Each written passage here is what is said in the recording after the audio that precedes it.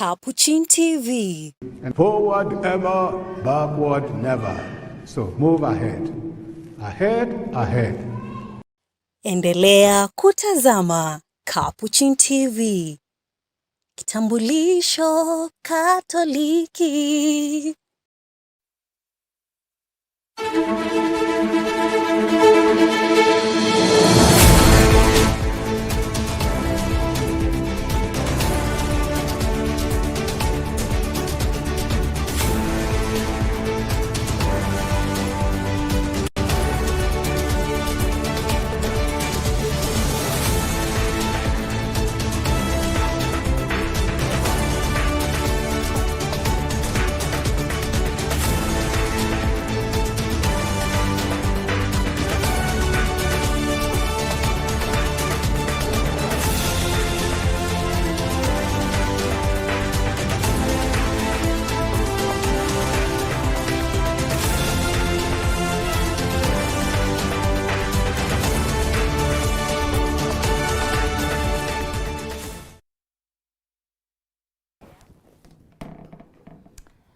Good evening and welcome to the Catholic Focus News. I'm Sasha Elizabeth with sign language interpretation by Eric Maluki.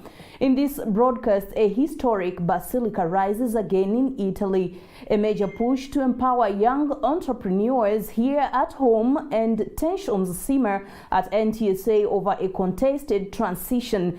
And exam integrity concerns as KCSE enters day 2, plus Wiper leader Kalonzo Musyoka takes on the state over funding and devolution. This is Catholic Focus News. Welcome.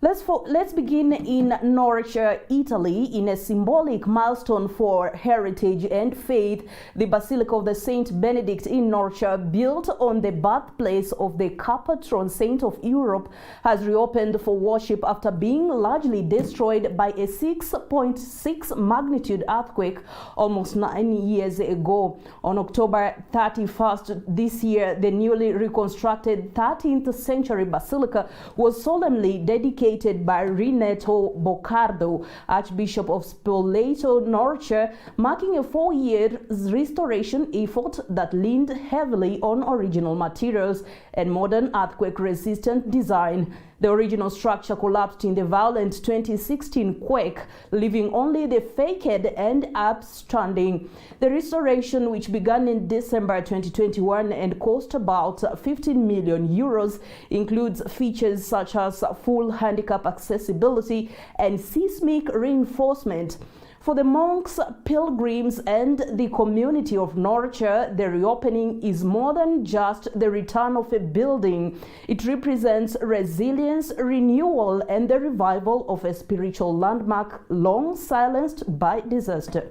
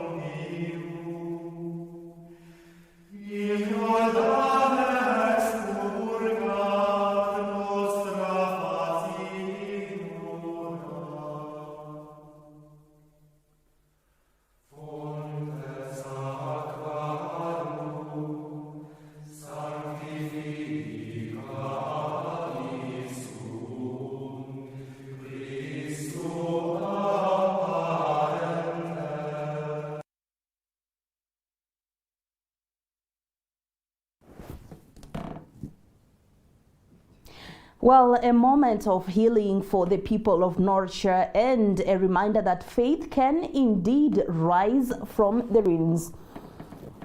And from Vatican back home, focus now shifts to the energy of young innovators. with Masinde Muliro University of Science and Technology teaming up with the Project Liam Foundation to launch a major youth entrepreneurship drive, bringing together students from 13 universities.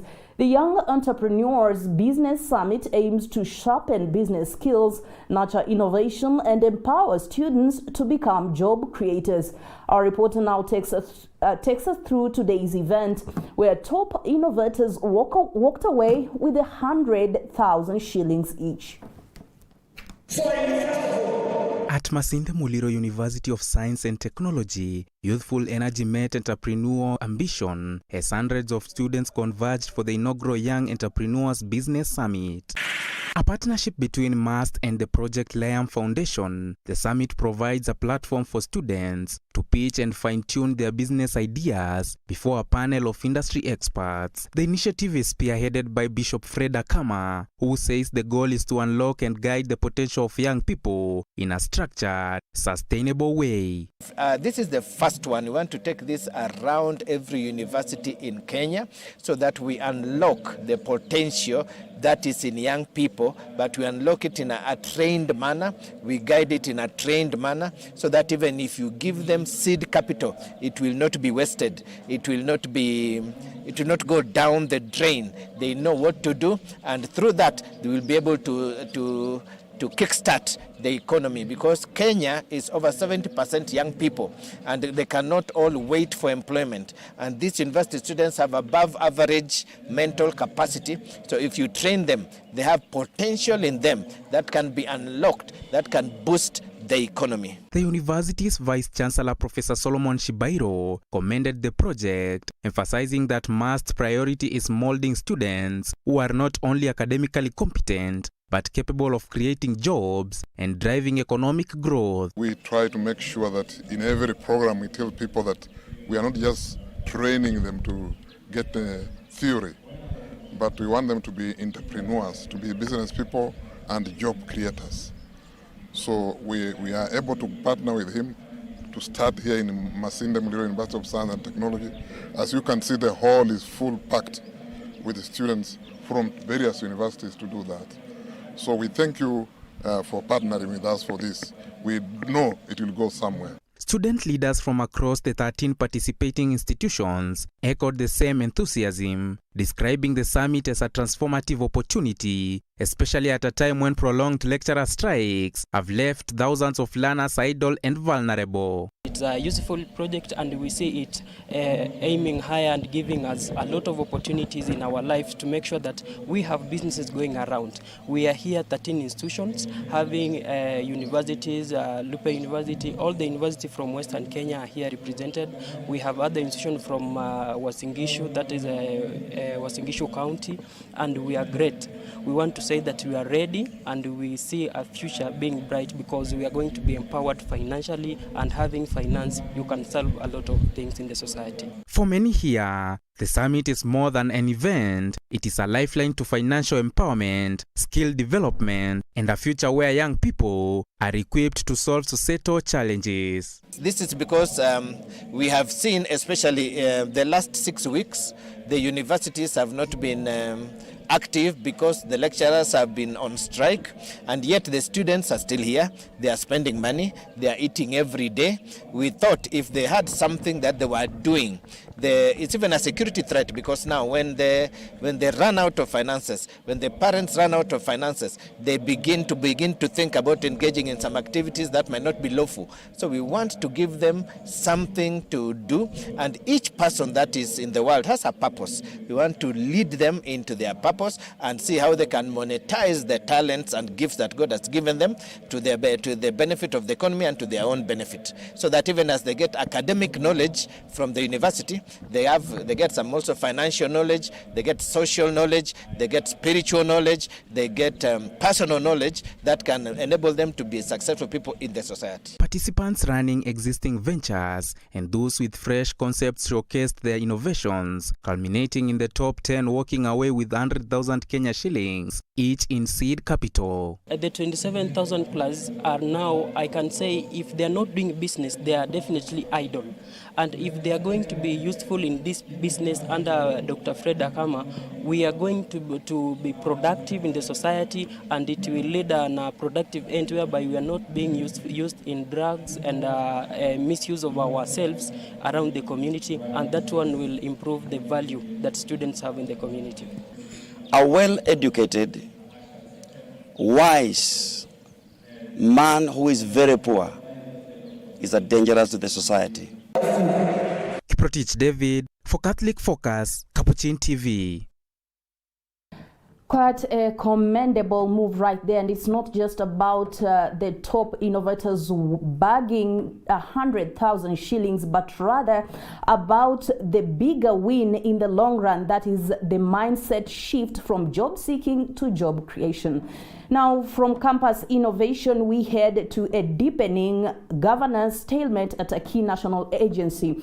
A leadership standoff is unfolding at the National Transport and Safety Authority after outgoing Director General George Njau allegedly defied a board directive to proceed on terminal leave ahead of his retirement. Safety lobby groups are now demanding his immediate exit, accusing him of clinging to office and frustrating the transition to the newly appointed acting DG. Here now is the full report.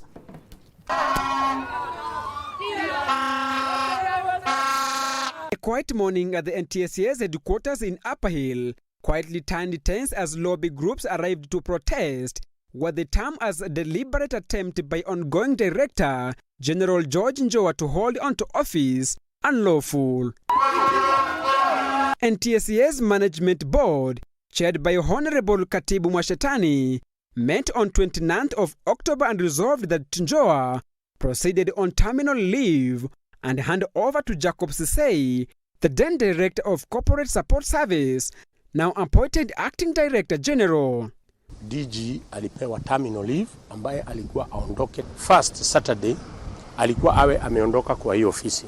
But nearly a week later, the board's directive remains unimplemented. Road Safety Lobby says Njoa's refusal to vacate office is not only unsubordinate, but a dangerous disruption in an institution that should be focused on curbing road carnage. Tulikuja kwa sababu tulipata information amekatalia ndani, hataki kutoka na lazima aheshimu amri. We were asking the new management that the first item they need to embrace, now that we are going to festive season and the schools closing and opening, that what we have heard about the crisis, that the DG, the outgoing DG, is refusing to obey the board's decision that he proceeds for terminal leave. The lobbyists accuse Njoa of working with the senior government officials to undermine the road's mandate. Please, Mr. Njau, I'm asking you to obey your employer. The little threats you are doing to board members, that you have even, when quoting high names, the president's name, blackmailing, to blackmail the current leadership, quoting the CS name, quoting the PS name. Carry on cross. Obey the law. They faulted him for what they described as deteriorating road safety under his 6-year tenure, a period in which thousands of Kenyans have died on the roads. Their fears are heightened as the Christmas season approaches, a time when fatal accidents traditionally spark even as NTSA's battles internal wrangles. Sisi kama wanaharakati wa road safety tunaambia George Njau amekaa miaka 6, atakatalia kwa muda gani? Ili angefanya miaka 6, kama hajafanya awachie wengine. Na wakati huu tunamwambia sasa awache kufikiria mambo yake kibinafsi. Hebu wafikirie kuna watoto wanafunga shule. Hebu wafikirie kuna watu wataanza msimu wa sikukuu. Hebu wafikirie watoto wataanza kurudi shule. Hebu wafikirie ni wangapi ambao tunaweza poteza kwa sababu ya tamaa yake ya kukaa kwa ofisi. The groups applauded the board for taking steps to enforce leadership change and called on the Ministry of Roads and Transport to intervene and ensure the law is followed, warning they'll move to court if necessary. Aondoke kwa ofisi ndio amwachie aliyechaguliwa ndio na yeye aendelee. Na ningeomba wa Kenya, mambo ya road safety hatuangaliagi ukabila. Manake hakuna mtu ambaye hakufi kwa barabara. Tunasema huyo ambaye amechaguliwa, sisi tuna imani kwamba anaweza dhibiti mambo ya barabara. In a letter to Roads Cabinet Secretary Davis Chirichir, dated October 29th, formally sought concurrence on its decision to send Njoa on terminal leave pending the recruitment of a new Director General. Reporting for Capuchin TV, Catholic Focus, I'm John Beja. Well, let's now shift the Catholic focus to education matters and fresh concerns over exam integrity. As the Kenya Certificate of Secondary Education examinations enter day 2, concerns are mounting over fresh cases of exam malpractice. The Kenya Institute of Curriculum Development Chief Executive Officer Professor Charles Ongondo is now warning that some candidates are still managing to sneak mobile phones into exam centers despite strict national guidelines. Professor Ongondo, who spoke at the Kakamega County Commissioner's office during the supervised opening and distribution of examination papers, said the reports point to laxity among a section of invigilators who are failing to conduct proper frisking. He cautioned that stern action awaits any officer, invigilator or supervisor found flouting Kenya National Examinations Council regulations. The KICD boss also called on supervisors and center managers to enforce strict access control, ensuring that only authorized personnel are allowed into exam rooms. His comments came as security officers, exam officials and center coordinators monitored the dispatch of morning papers and heightened vigilance. Part of measures the Ministry of Education says are in place nationwide to protect the integrity of the 2025 KCSE. We now bring you that report, which includes Professor Ngondo, security officials on the ground and examination coordinators overseeing today's distribution exercise. Whatever frisking you do, some people still sneak them in somehow, and that is not right to do. The second thing is to watch out for non-authorized personnel within the compound. When we see them, naturally, we are always suspicious about what they are doing in those schools. The third thing, of course, is to watch against collusion. And I normally tell the center managers and supervisors, you may not be aware what the children have planned in advance. So please always make sure that we watch out over those three things: collusion, the phone, and also the people who are not authorized to be in school. Meanwhile, in Machakos, politics and devolution funding took a center stage. Wiper Party leader Kalonzo Musyoka is calling for stronger support for devolution, urging the national government to scale up county funding to boost service delivery and expand youth empowerment through local development programs. Speaking in Machakos during the graduation of 967 trainees under the Machakos Youth Service Program, Kalonzo also criticized President William Ruto's administration for underfunding universities while allegedly spending millions daily on political handouts. Speaking in Machakos during a graduation ceremony for 967 youth who completed technical training under Machakos Youth Service Program, Kalonzo Musyoka emphasized the need for equitable resource allocation between the national and county governments. Kalonzo urged government to prioritize timely disbursement of county funds, noting that delays in the transfer of resources continue to cripple essential services. And it is actually a matter of great shame, a matter which is not acceptable, that while the national government enjoys 85% of the total Kenyan budget, only 15 goes to counties. 15%. Imagine if we went up to national government, wapate 60%, na counties wapate 40%. In fact, in my view, we should make it 50-50, because all the stealing that is happening in Nairobi is because they have a lot of money to throw away. At the same time, he called for transparency and accountability among all leaders to ensure that public resources are used effectively to improve livelihoods.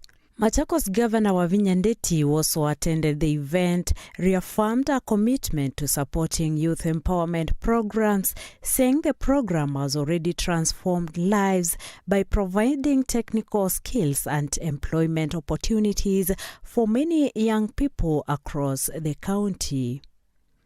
To put in place policies that favor the transformation of our communities and through empowering of our youth, who are not only endowed with talent and energy, but also who face challenges of unemployment and lack of opportunities. I believe that empowered youth is the foundation of a prosperous county and nation.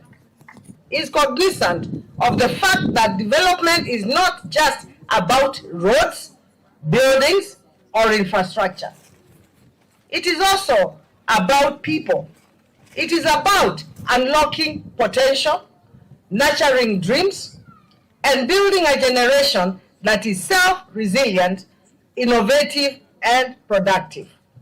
Speaking at the same event, Machakos Deputy Governor Francis Mwangangi echoed Kalonzo's sentiments, urging the national government to honor the 15% constitutional allocation to counties, saying the devolved units continue to receive less than that. Today we are talking about equipping and empowering our youth. If we can do this across the Republic in all 47 counties, you can imagine that will be 47,000 youths being impacted. Your Excellency, my party leader, if we had resources as a county, most likely today we will be graduating around 5,000 to 10,000.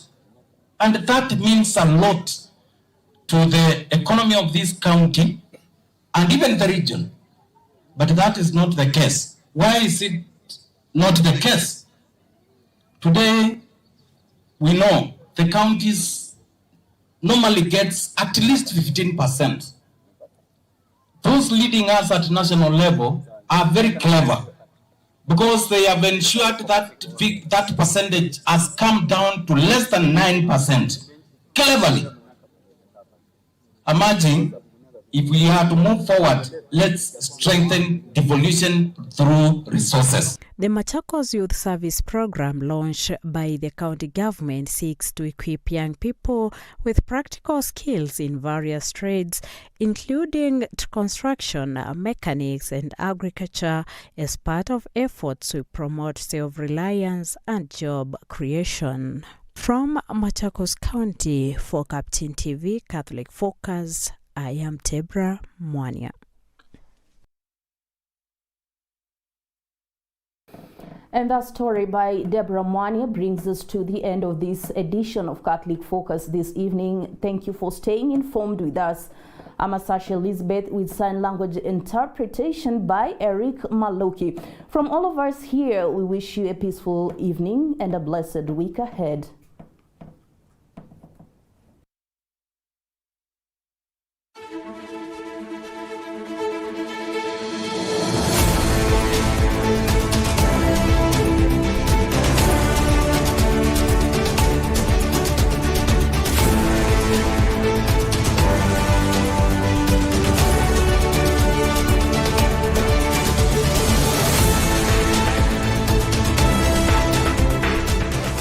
Keep watching Capuchin TV, your staunchly Catholic identity channel. You are watching Capuchin TV. For any complaints, comments, or compliments on our programming, you can either write to us on info@capuchintv.co.ke or you can call us directly on 0717 424 866. Your complaint shall be addressed within 7 days. Remember to keep a copy of your communication with us. Keep watching Capuchin TV, your Catholic identity.